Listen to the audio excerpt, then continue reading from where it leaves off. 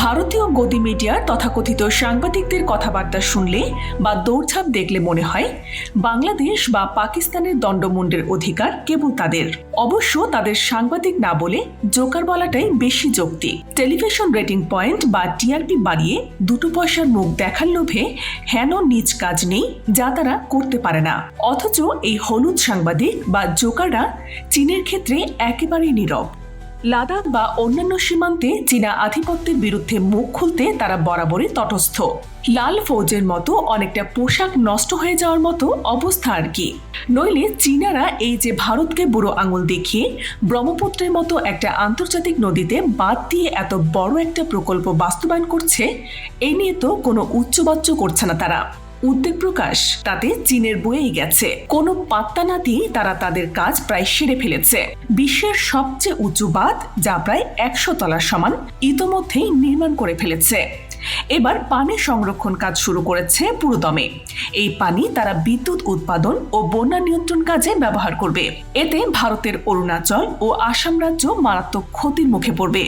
বর্ষায় ফারাক্কা বাঁধ ছেড়ে আর শুকনো মৌসুমে পানি প্রত্যাহার করে তারা যেমন বাংলাদেশকে ভয়াবহ ক্ষতির মুখে ফেলে মরুকরণের দিকে ঠেলে দিয়েছে, তেমন দশাই হবে আসাম ও অরুণাচলের। কিন্তু এ ব্যাপারে তেমন কোনো কথাই নেই চটিচাটা ভারতীয় মিডিয়ার। আর বলবেই বা কি? তারা যেমন বাংলাদেশকে তোমাদের কোনো ক্ষতি হবে না বলে ধোঁকা দেয়, চীনারাও এক চামচ বাড়িয়ে ঠোঁটে আঙুল দিয়ে বলে চুপ, একদম চুপ। আর তাতে কাপড় চোপড় ভিজে নষ্ট হয়ে যায় এই ফটকাবাজদের। তবে চীনের এই বিশাল জলবিদ্যুৎ প্রকল্পের কারণে মারাত্মক ক্ষতির মুখে কিন্তু বাংলাদেশও পড়বে। এই প্রকল্পটি বাস্তবায়ন করছে চীনের রাষ্ট্রীয় সংস্থা পাওয়ার চায়না। $4.9 বিলিয়ন এই প্রকল্প পুরোপুরি বাস্তবায়নের পর বছরে তারা 7 বিলিয়ন কিলোওয়াট ঘন্টা বিদ্যুৎ উৎপাদন করতে পারবে, যা ব্যবহার করবে অন্তত 3 মিলিয়ন পরিবার। এই চায়না পাওয়ারই বাংলাদেশের তিস্তা মহাপরিকল্পনা বাস্তবায়নে আগ্রহ প্রকাশ করেছে। পতিত শেখ হাসিনার সরকার প্রাথমিক আলাপ আলোচনা ও ফিজিবিলিটি স্টাডির পর ঝুঁকে পড়ে ভারতের দিকে। তিস্তা পারে চীনা উপস্থিতি ভারতের জন্য হুমকি বিবেচনা করে তারা বহুমুখী চাপ সৃষ্টি করে চীনকে এই প্রকল্প থেকে সরিয়ে নিজেরাই বাস্তবায়নে আগ্রহ দেখায়। তবে তা কেবল তাদের স্বার্থে।